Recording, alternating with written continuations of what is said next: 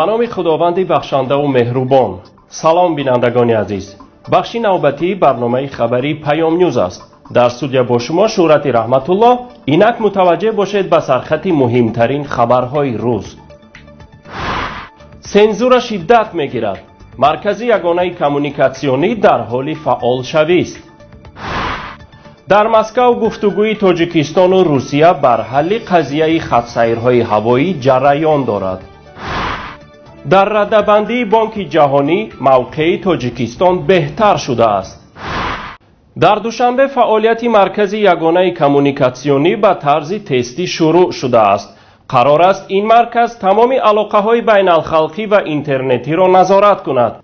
کوشش راه‌اندازی یک چنین مرکز سال 2006 از طرف بک ظهوروف، نائب همان وقته وزیر علاقه و سردار فعلی خدمات علاقه تاجیکستان صورت گرفته بود، ولی آن وقت تحت فشار سازمان‌های بین‌المللی دفاع از حقوق انسان حکومت به این کار اجازه نداد. کارشناسان می‌گفتند بک ظهوروف می‌خواهد علاقه‌های تلفنی بین‌المللی را مونوپول نماید، اما اینک با پرزورشوی سنزور و فشار بالای رسانه‌های مستقل و کوشش‌های دستیابی به گفتگوهای شهروندان، حکومت قرار داده است با بک ظهوروف همدست باشد. راه‌اندازی این مرکز به مقامات امکان فراهم خواهد آورد که تمام علاقه‌های تلفنی بین‌المللی شهروندان و اینترنت در کشور را زیر نظارت قرار دهند. با اندیشه کارشناسان مونوپولی کردن علاقه بین‌المللی و اینترنت تنها هدفی نظارتی نداشته، کسی می‌خواهد از زنگ‌های تلفنی و اینترنتی مردم درآمد علاوه‌ای به دست آورد. مسئله خط‌سیرهای هوایی بین تاجیکستان و روسیه که بعد رد درخواست شرکت هواپیمایی روسی اورالسکی آویالینی از جانب تاجیکستان سر زده بود، در نشست بیشکک هم حل نشد و هنوز ادامه دارد. در اظهاراتی که اخیراً ریاست آویاسیای گراجدانی تاجیکستان پخش کرده است گفته می شود که جانب تاجیکستان تمام مقررات ذکر شده در سازشنامه بین دو کشور از سپتامبر سال 1997 را پورا اجرا می کند و برای موسم تیر ماه زمستانی 2016-2017 جدول پرواز شرکت‌های هواپیمایی روسیه را تصدیق کرده است. اما جانب روسیه جدول پرواز شرکت‌های تاجیکی را تنها تا 8 نوامبر تصدیق کردند. در جدول پروازها از تاجیکستان به مسکو که این نهاد پیشنهاد کرده است دیده می شود که از فرودگاه‌های دوشنبه و خوجند برابری رعایت می شود، اما بین فرودگاه‌های کلاب و قرغانتپه و مسکو تنها شرکت‌های روسی پرواز می کنند. جانب روسیه طلب دارد از فرودگاه نوبنیاد ژوکووا پرواز شرکت روسی اورالسکی آویالینی اجازت داده شود.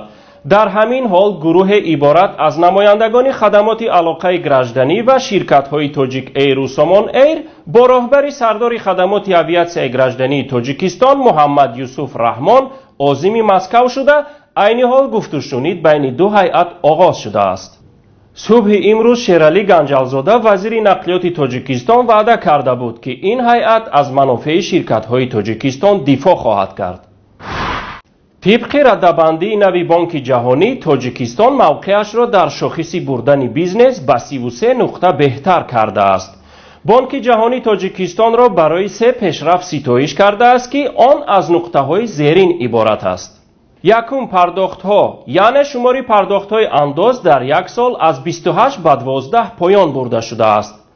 دوم، حجم وقتی که برای تیاری، پیشنهاد حسابات و پرداخت انداز از درآمد برای شخصان یوریدیکی، انداز از ارزش علاوه شده و پرداخت‌ها برای تامینات اجتماعی از 276 ساعت در سال 2016 به 258 ساعت در سال 2017 کم کرده شده است.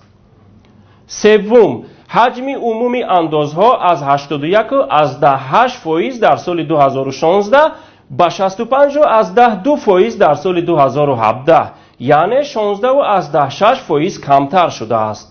اما در همین رده‌بندی طبق نشان دهنده های از قبیل به قیدگیری شرکت ها، دریافت اجازت برای ساختمان، دریافت قرض های بانکی، حمایه حقوق های مبلغ گذاران مینوریتری و تجارت بین المللی، وضع در تاجیکستان بدتر شده است. اکنون مختصر از خبرهای منطقه و جهان. 11 وکیل از حزب دموکراتی خلق‌ها که بیشتر از کردها حمایت میکند از جمله 2 راهبر این حزب در ترکیه بازداشت شده‌اند. سبب بازداشت آنها را وزارت کارهای داخلی این کشور حاضر نشدن به دادستانی بعد دعوت آن عنوان کردند. یکی از راهبران این حزب صلاح الدین دمیرتاش از خانه اش در شهر کردنشین دیارباکر بازداشت شده به ریاست مبارزه با تروریسم وزارت کارهای داخلی انتقال داده شده است. صبح امروز در نزد اداره پلیس که دمیرتاش آنجا نگاه داشته می شود ترکیش رخ داد که در نتیجه 1 نفر هلاک و دست کم 30 نفر زخمی شدند. بیوروی فدرالی تفتیشاتی امریکا دست داشتن روسیه در تقلب سندها علیه هیلاری کلینتون را تفتیش میکند. این سندها از آن حکایه میکنند که گویا کلینتون در صورت پیروز نشدنش در انتخابات قصد داشته است ناآرامی ها را تشکیل کند. قبلا خدمات مخصوصی ایالات متحده امریکا روسیه را به عملیات هکری، تقلب به اسناد و پهن کردن آوازه‌های بر دروغ متهم کرده بودند.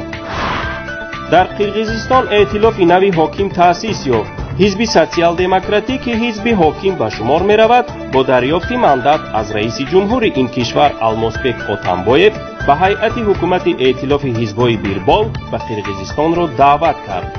در این باره راهبر حزب سوسیال دموکراتی عیسی آمورقولوف خبر داد که خودش رئیس این ائتلاف انتخاب شده است.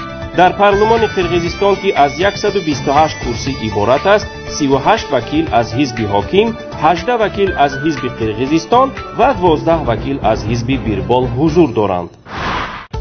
بینندگان عزیز، اینجا برنامه خبری پیام نیوز به پایان رسید. شرح مفصل خبرهای ما را از پایگاه خبری پیام نت و گزارش‌های ویدیویی ما را از یوتیوب پیگیری نمایید. برایتان خبرهای خوش و استراحت خوب را تمنا می‌نماییم. تا بخش‌های نوبتی خدا نگهبان.